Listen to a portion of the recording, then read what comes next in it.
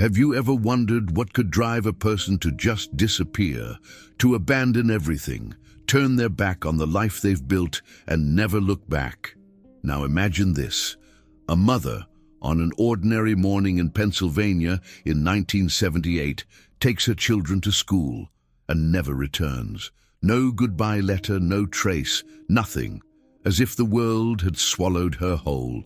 For decades, her absence was a mystery that consumed a family, shocked a community, and tormented investigators. But what no one knew was that she was alive. More than that, she had rebuilt her life, put down new roots, and when she finally turned herself into the police, there was no remorse, only the cold conviction that her escape had been the best choice she had ever made. This is the true story of Brenda Heist, a woman who dared to defy everything: social expectations, the morality of motherhood, the weight of guilt, and the normalcy imposed by the American dream. For 11 years she wandered homeless, nameless and aimless. Then she was reborn in Florida with a new identity, a new story, and no intention of looking back. Brace yourself, because what lies ahead isn't just a story of disappearance. It's a journey about identity, freedom, and survival. And if you stick around until the end, you might see this story from a perspective you never imagined possible. It was a seemingly ordinary morning in the small town of Lititz, Pennsylvania. The year was 1978. Brenda Heist, a young mother of two, woke up, made coffee, dressed her children, and drove them to school, as she did every day. The sky was clear, the air carried the sounds of everyday life. Footsteps on the sidewalk, neighbors' voices, old car engines revving. Nothing indicated that this would be the last day anyone would see Brenda. After dropping her children off at school, she simply disappeared. No goodbye letter, no warning, no clue, as if swallowed by a time warp. And so began one of the most baffling mysteries in recent American history. The police were called, and the search began.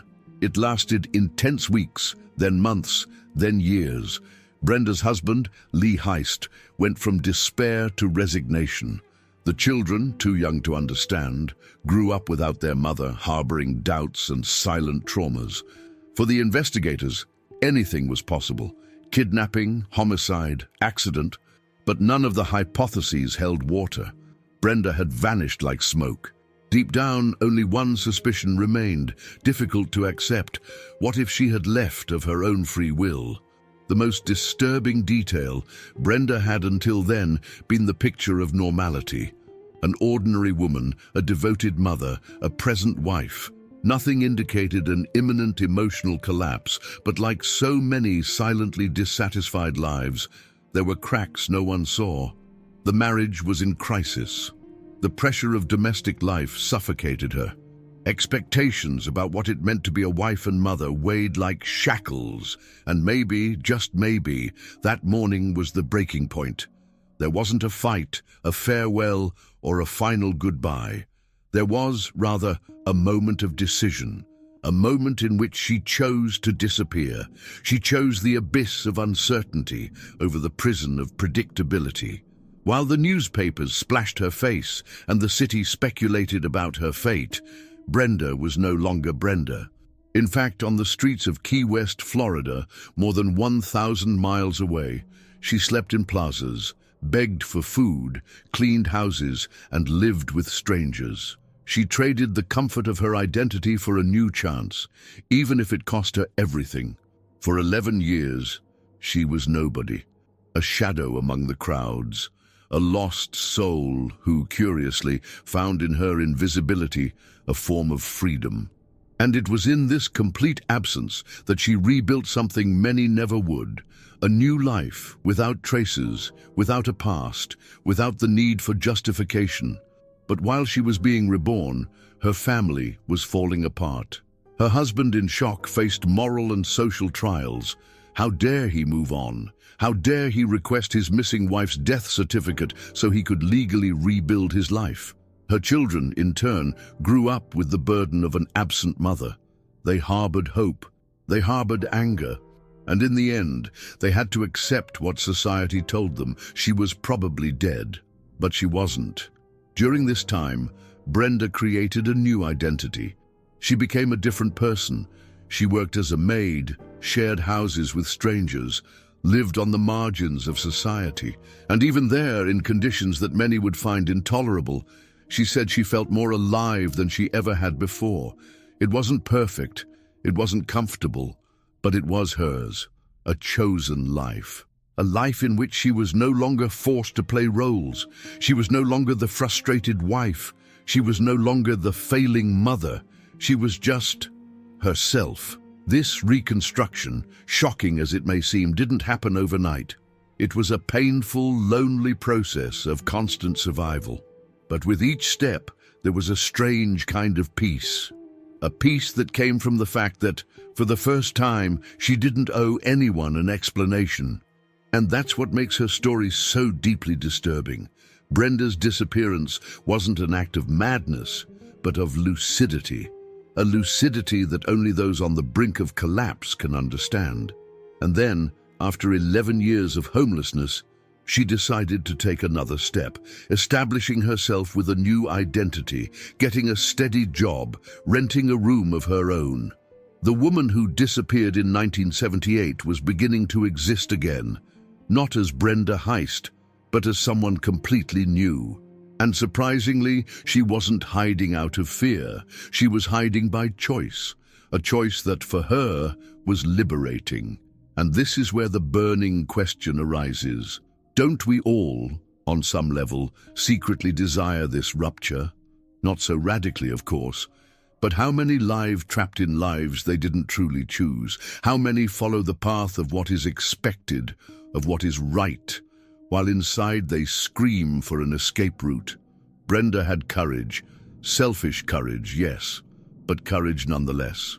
And the price she paid for this freedom, losing contact with her children, carrying the stigma, living in the shadows, didn't stop her from saying years later, with conviction, "It was the best decision of my life." This statement, spoken without guilt, without hesitation, is what makes this story as disturbing as it is fascinating, because it forces us to look inward. It forces us to question the boundaries between responsibility and self-preservation, between duty and desire, between being what is expected and being who we are. In the next sections, we'll understand how Brenda went from homelessness to rebuilding, how she kept her secret for more than 3 decades, and most impressively, how she voluntarily decided to turn herself into the police, and what she revealed at that moment changed everything. Ready for the next chapter? Then let's move on. When Brenda Heist disappeared, she didn't just leave behind her home, her children, and her husband. She abandoned her identity, literally. What followed wasn't a new life of freedom, but a deep dive into the underworld of social invisibility. For 11 years, Brenda had no documents, no fixed address, no bank account, no social security number, no phone number, and no trace of legal existence. She was a soul among the shadows, a part of America that goes unnoticed, sleeping on park benches, eating when she can, and being ignored when she tries to speak. And somehow, it was in this marginal world that she said she found peace.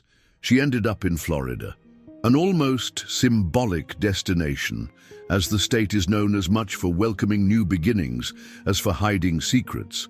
In Key West, she lived in shelters, hid from the police, and survived with the help of strangers. She slept on beaches or in the backs of buildings where the warm concrete offered some relief on cold nights. She ate whatever she found, whatever was offered, or whatever she could earn through small jobs. During this time, Brenda became adept at disappearing in plain sight. No one suspected that this thin, lost-in-the-eyes woman had once been a wife and mother in a quiet northern town.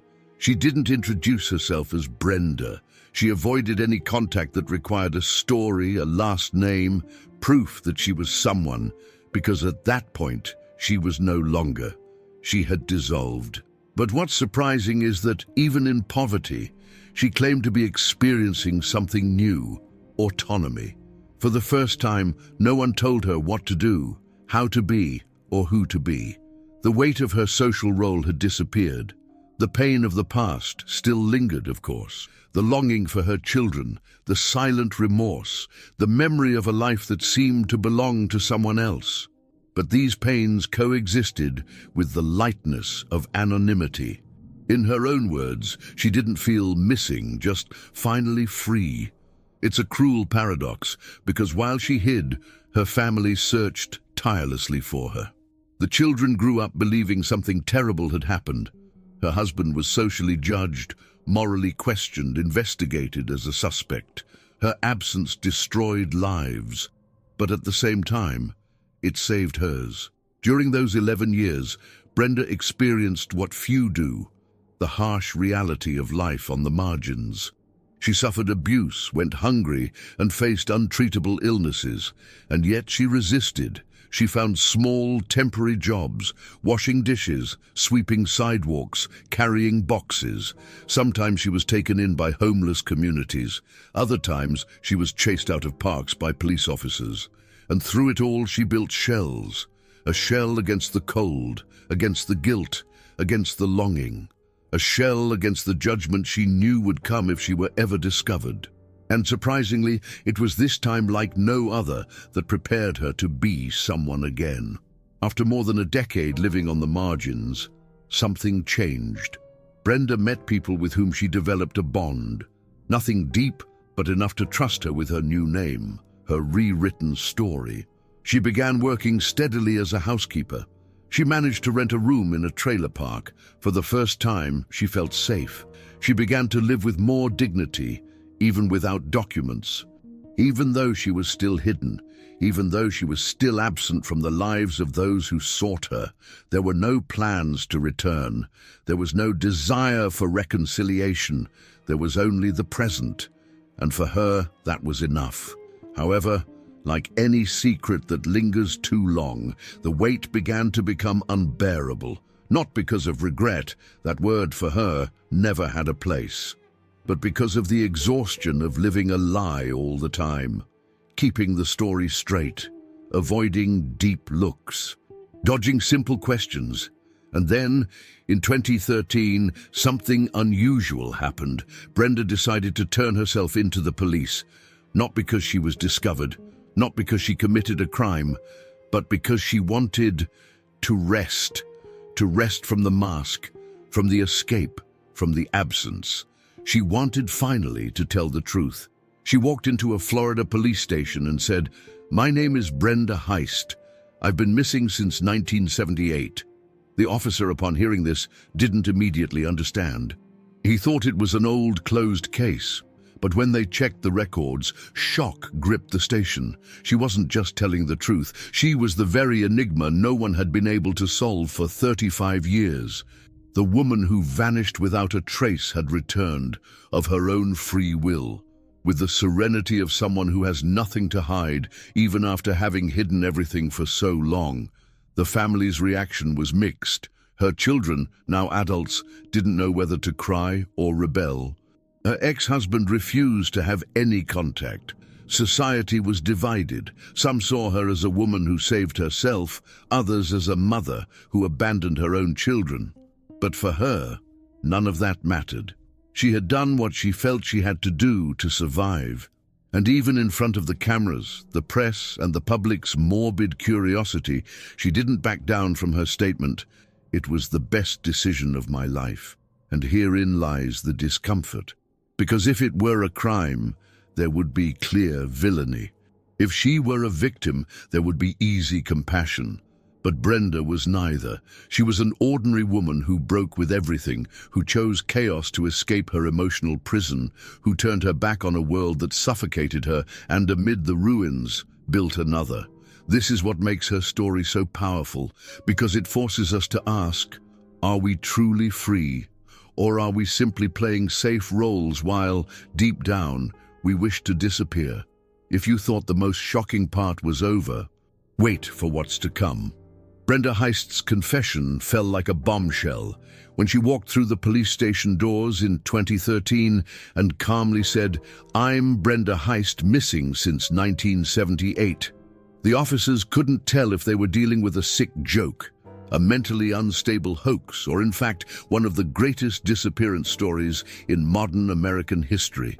It was as if a museum piece had come to life, but there she was, 35 years older, different, marked by time and the streets, but standing tall, serene, as if carrying not a debt but a right. The identity was confirmed quickly, fingerprints, consistent accounts, and then the definitive proof, DNA. It was her, Brenda, the missing mother, the woman everyone thought dead. The news spread like wildfire. Local newspapers, national television channels, talk shows, everyone wanted to know. Why?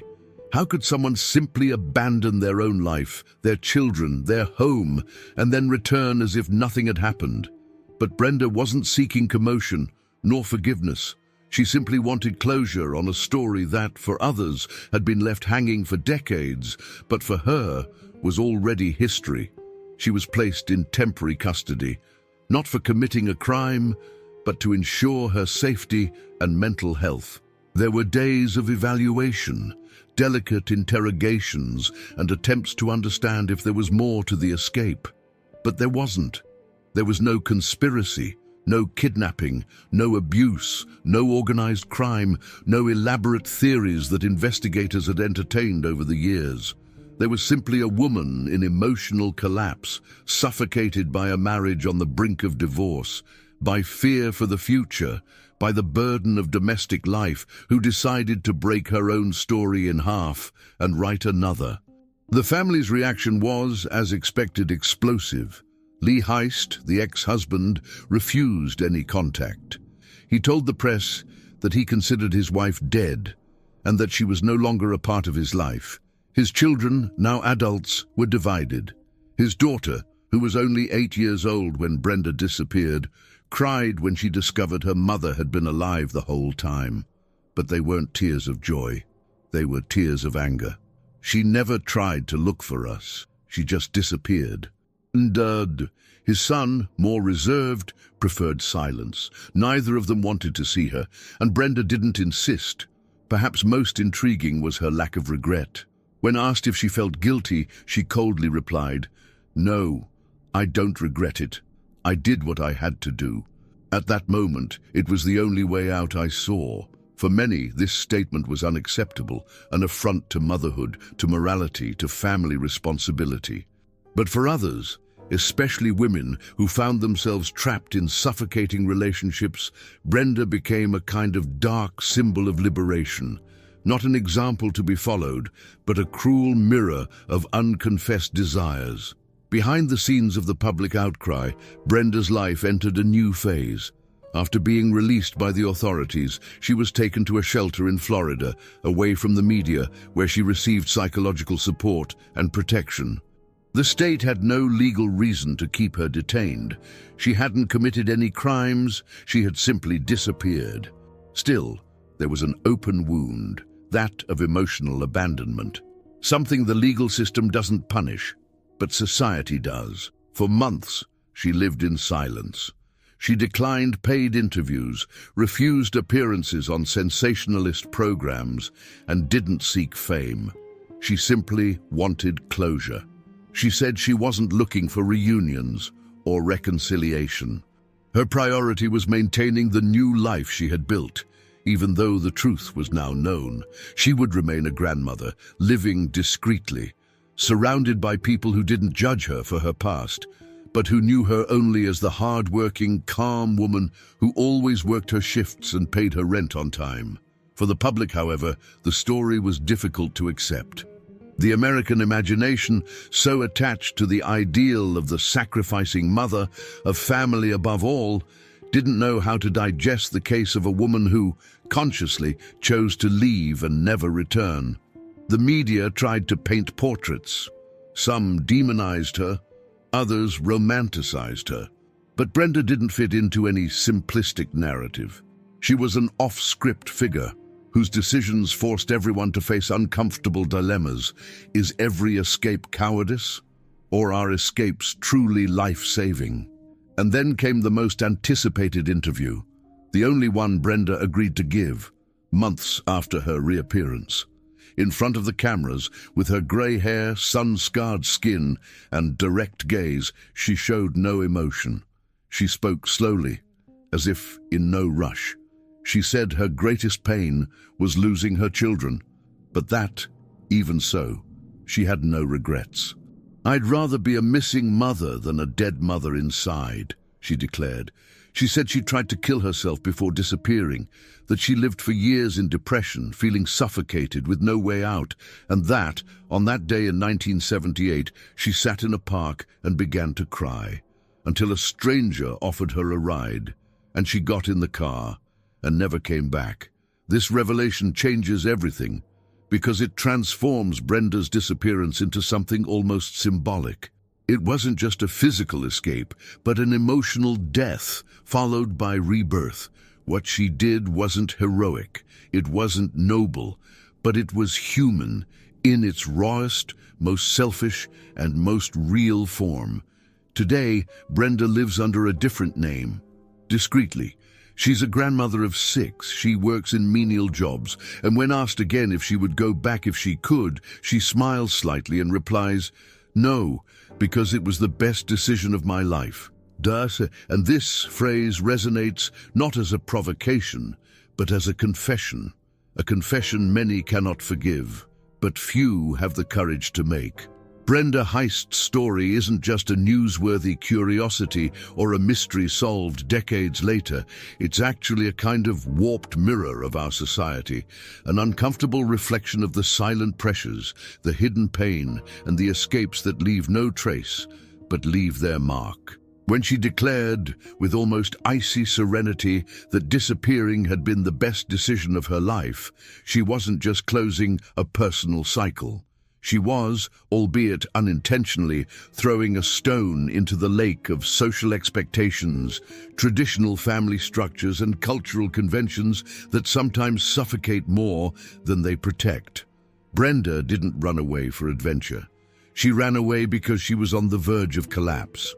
Her choice, radical and extreme, directly challenges the myth of the resilient woman at all costs, the wife who endures, the mother who sacrifices, the housewife who keeps quiet. She refused this role, and she didn't go in search of freedom in the romantic sense. She went in search of relief, a kind of escape that begins in the body, passes through the soul, and ends with oblivion. But forgetting is a luxury others don't have. Her family, her children, her ex-husband, society, they were all trapped in time. She moved forward. They were left trying to understand. The price of this?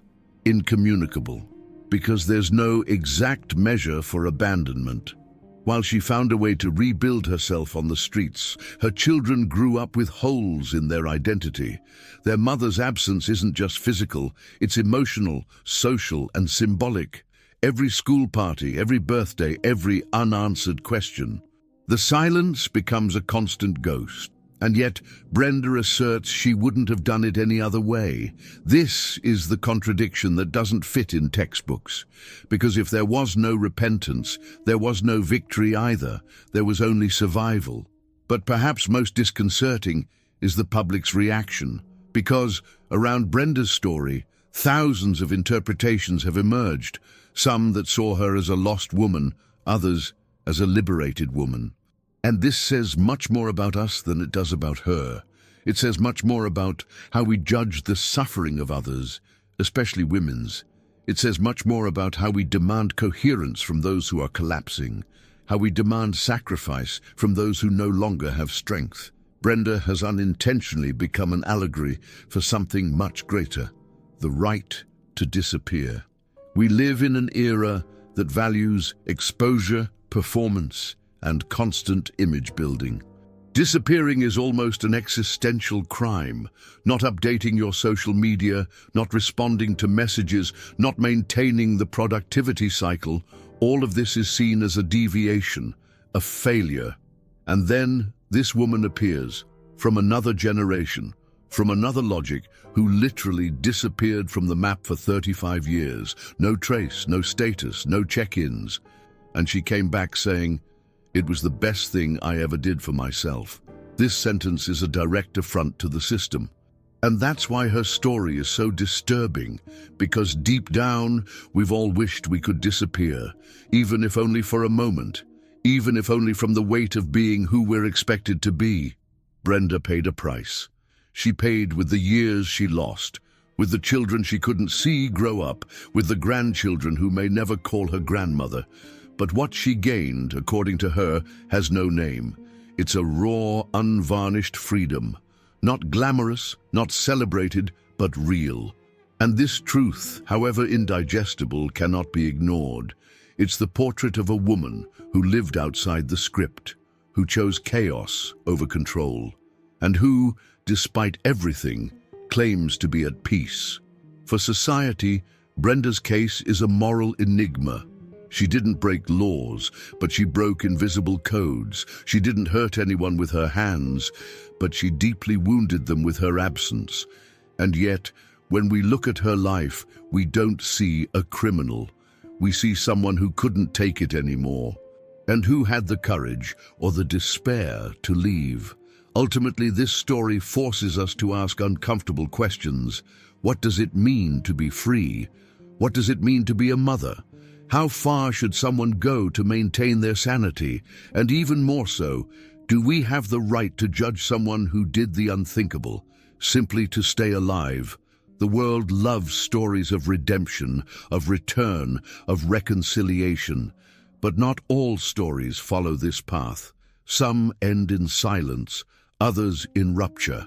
And some, like Brenda's, end with the protagonist sitting under the sunset, surrounded by a simple life, looking back with a faint smile and saying, not to justify but to affirm, that she would do it all again.